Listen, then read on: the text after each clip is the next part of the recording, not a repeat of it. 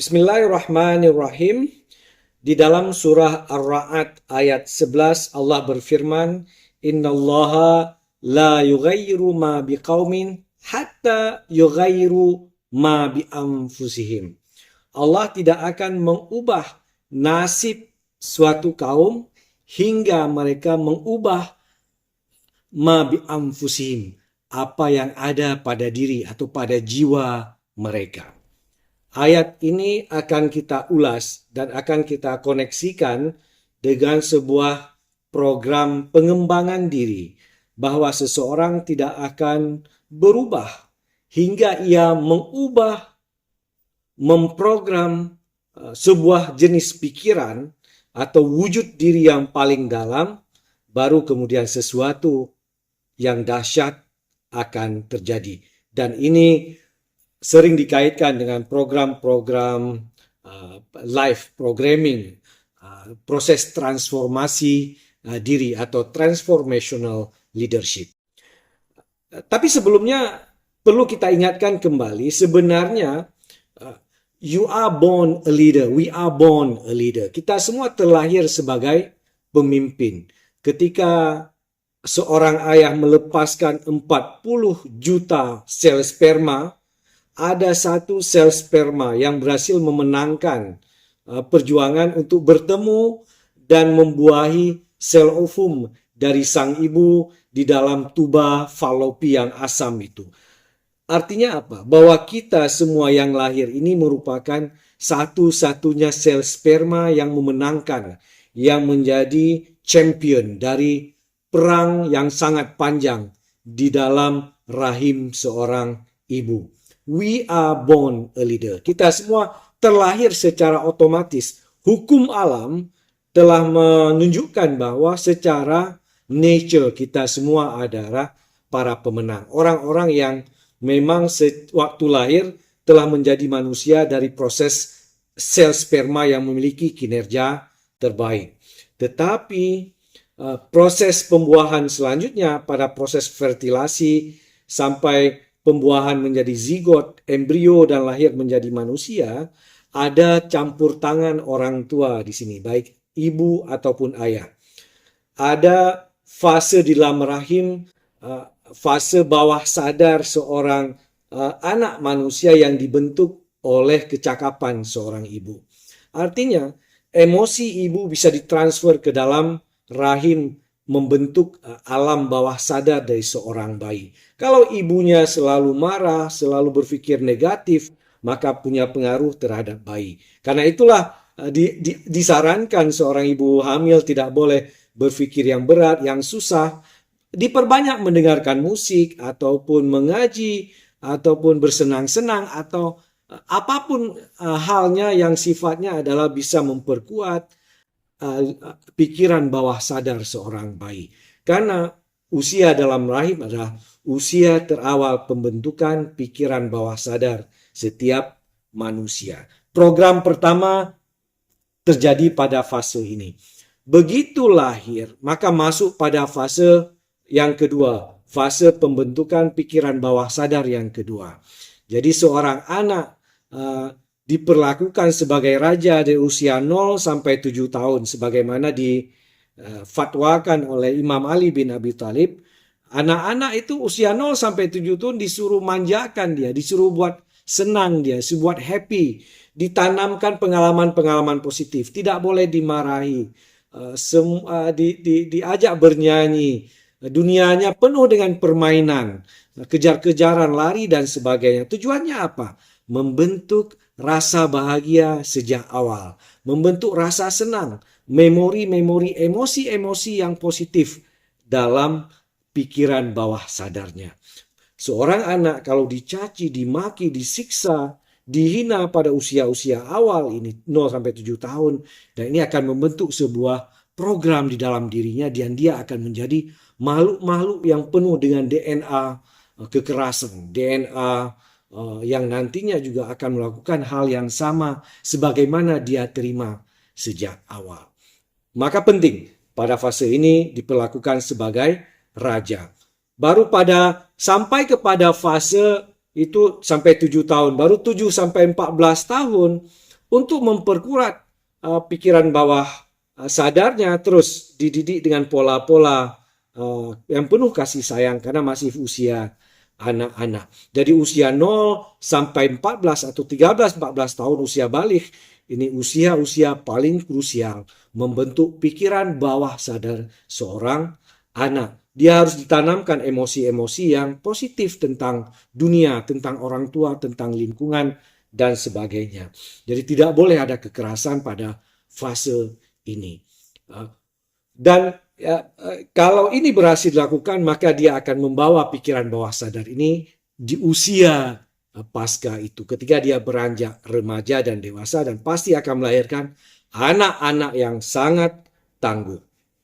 Tapi ingat, itu adalah pikiran bawah sadar, programming paling dasar, emosinya yang paling mendasar itu yang membentuk, yang kemudian membentuk belief system. Belief system itu adalah keyakinan, yang keyakinan melahirkan rules, dan rule itu kemudian melahirkan behavior, perilaku, tingkah laku, sampai kepada habit ataupun karakternya di kemudian hari. Jadi program bawah sadar itu adalah programming itu ada di pikiran bawah sadar atau emosi itu.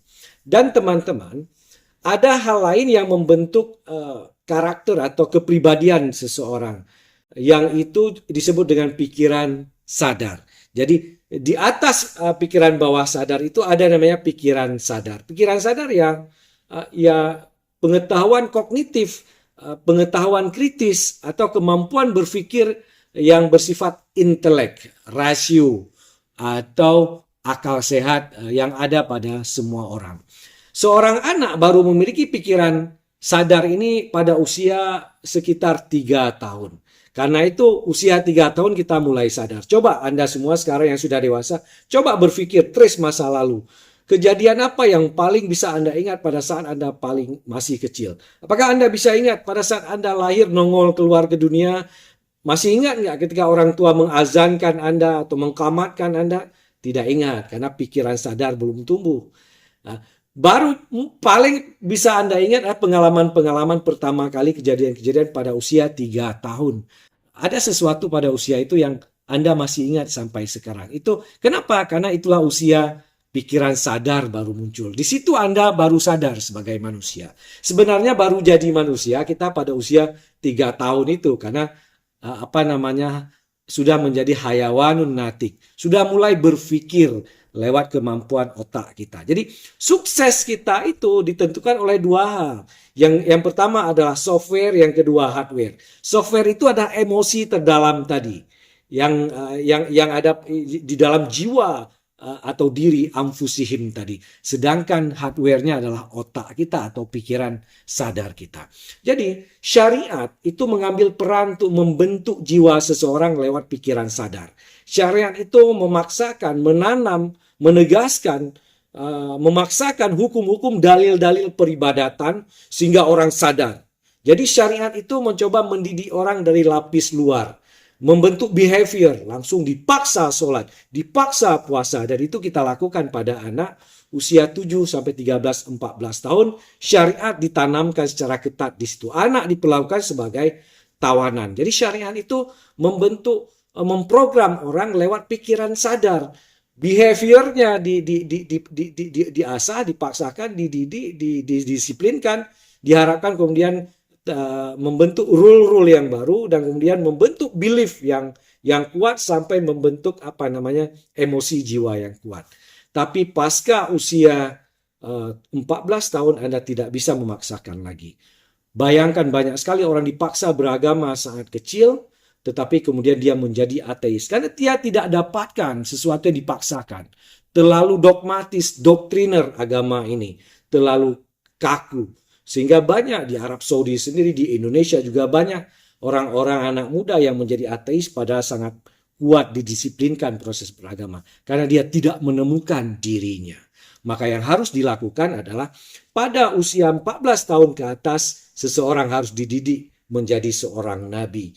Pada tahap ini harus mulai dibuka ruang-ruang untuk dia menyendiri, untuk berbicara dari hati ke hati. Anak usia 14 ke atas itu harus diperlakukan seperti teman. Akrab diajak berbicara. Tidak hanya dengan orang tuanya, tapi juga dengan Tuhannya. Pada tahap ini bukan lagi pemaksaan, tapi anak dididik cara bermunajat, cara untuk berbicara dengan Tuhannya. Lewat pola-pola ini seorang anak akan menjadi Habibullah, menjadi Khalilullah, menjadi sahabat-sahabatnya Tuhan. Dia tahu cara berkomunikasi dengan Tuhan. Tidak hanya berkomunikasi pura-pura, bahkan ada metodologi yang sebenarnya diperkenalkan dalam dunia spiritual sehingga seseorang bisa terkoneksi dengan Tuhan. Kalau pikiran atas sadar itu tidak bisa berkomunikasi dengan Tuhan. Kita hanya bisa berkomunikasi dengan teks Quran, bisa berkomunikasi dengan orang. Baru kemudian di bawahnya itu ada pikiran bawah sadar. Kita hanya bisa berkomunikasi dengan diri kita sendiri yang terdalam itu. Masih level diri kita sendiri. Level emosi yang ada dalam diri kita. Tapi melalui teknik metodologi tertentu yang biasanya diajarkan oleh seorang yang sangat ahli, yang dalam dunia spiritual disebut seorang nabi atau pewarisnya, siapapun nama mereka punya kemampuan untuk memberikan gelombang-gelombang yang mereka miliki untuk menarik emosi kita sampai terhubung dengan kekuatan-kekuatan yang maha tinggi itu. Jadi melalui proses ini, seseorang sudah dididik pada level pikiran atas sadar. Pikiran atas sadar itu adalah dengan proses mematikan pikiran sadar, bahkan masuk lebih dalam sampai terhubung dengan sebuah kekuatan yang sangat tinggi. Pada level ini kalau Anda beruntung, lucky, qad aflahal mu'minun, maka Anda bisa terkomunikasi, terkoneksi dengan Tuhan Anda. Jadi ketika orang sudah masuk ke alam yang mungkin disebut pada gelombang gamma yang sangat tinggi ini, dia sudah menerima pancaran-pancaran energi ilahi. Sehingga segala sesuatu yang dia pikirkan, yang dia rasakan sebenarnya sudah merupakan tajalli, manifestasi dari pemikiran atau perasaan dari wujud yang maha tinggi itu, tapi tersinari ke dalam dirinya. Dia sudah menjadi cahaya Tuhan, pantulan daripada kekuatan kudrah iradah Tuhan itu sendiri. Dan pada level atas sadar ini, manusia sudah berbicara melalui lisan Tuhannya. Jadi semacam wa mayantiku anil hawa in huwa illa wahyu yuha, bahwa aku tidak berbicara, tidak bergerak, tidak bertindak, tidak menyampaikan, melainkan apa-apa yang disampaikan oleh Tuhan. Jadi manusia-manusia yang sudah menguasai pikiran atas sadar, dia sadar, sangat sadar, tapi segala yang dia ucapkan, yang dia pikirkan, yang dia lakukan, itu sudah lebih merupakan keinginan-keinginan, pancaran-pancaran dari sesuatu yang maha tinggi. Jadi sudah memiliki kemuliaan, karamah, membawa mukjizat, tanda-tanda hujah dari dunia ilahi. Jadi kalau dunia sains sekarang itu ada training-training yang membawa Anda untuk memprogram diri pada level pembenahan emosi lewat hipnoterapi atau sejenisnya, lewat pembentukan mindset, masih pada jiwa yang file-file data-data yang ada dalam emosi itu. Tetapi ada yang lebih dalam dari itu lagi, yaitu programming pikiran atas sadar, yang itu juga ada ahlinya yang biasa disebut sebagai wali mursyid, imam atau syekh, nabi, kekasih Tuhan, atau siapapun yang memiliki otoritas dari sisi yang maha tinggi itu. Kadang-kadang orangnya sangat sederhana, sulit ditemukan, unik orangnya, tapi dia membawa gelombang-gelombang, membawa wasilah, pancaran energi, memiliki mata rantai transmisi yang dia bisa mengkoneksikan jiwa seseorang sehingga bisa terhubung dengan Tuhan. Jadi terhubung dengan Tuhan merupakan dasar fundamental dari perubahan seseorang. Jadi orang bisa diubah pada level pikiran sadar. Pikiran sadar itu diceramahin aja, mahasiswa dikumpulin ribuan orang, diceramahin, diharapkan terjadi perubahan. Tapi itu perubahan yang sangat painful, sulit sebenarnya. Karena cuma merubah cara berpikir, tidak merubah emosinya. Ceramah, seminar motivasi atau diskusi-diskusi hanya merubah pemikirannya saja, tidak emosinya.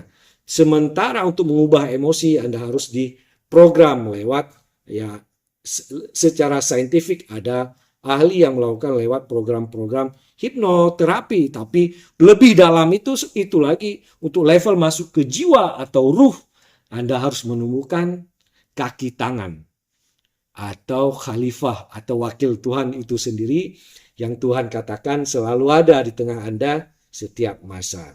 Laqad ja'akum rasulun min anfusikum azizun alaihi ma anittum harisun alaikum bil mu'minina raufur rahim. Orang-orang yang bisa menyambungkan Anda dengan Tuhan itu selalu ada. Bagaimana cara mereka memprogram Anda? Tentu Anda akan dimatikan akal pikiran sadar Anda dimasukkan alam bawah sadar lebih dalam lagi sehingga Anda terjaga pada sebuah alam yang sangat intuitif. Di sanalah kemudian Anda diberikan bekal-bekal nama-nama yang suci, Allah Rahman Rahim, aneka macam zikir yang Anda repeat berulang-ulang, yang itu membentuk keseluruhan diri Anda yang baru. Jadi ada orang-orang yang kadang-kadang sangat kasar orangnya, tapi lewat nama Al-Latif yang diulang-ulang itu bisa merubah dirinya menjadi seorang yang lembut. Ada orang yang takut dengan kekayaan karena sejak kecil sudah diprogram oleh keluarga bahwa kaya itu jahat, kaya itu koruptif, kaya itu adalah lama masuk surga, lama dihisap sehingga takut kaya, sehingga sulit kaya. Maka lewat nama-nama semacam ya Ghani, selama bermalam, berbulan, di gua Hira, keseluruhan nama kalau bisa disimulasikan, tapi nama yang disebut ini bisa mengundang si pemilik nama. Ketika si pemilik nama yang Maha Agung yang memiliki 99 Asmaul Husna itu dipanggil datang, maka itu akan menjadi sebuah momentum, the moment of truth, ketika Anda terkoneksi dengan yang Maha Benar. Itulah disebut dengan programming. Jadi ketika Anda merasakan kebenaran, berpikir tentang kebenaran dan merasakan kebenaran, bahkan bertemu dan menyatu dengan kebenaran itu sendiri. Kalau itu terjadi, maka Anda sudah mencapai sebuah tahap yang disebut dengan penyatuan dengan kebenaran.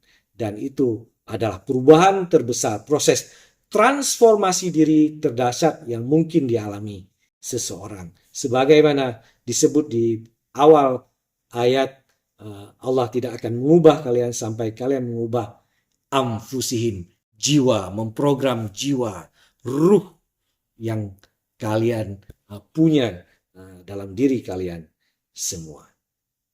Assalamualaikum warahmatullahi wabarakatuh.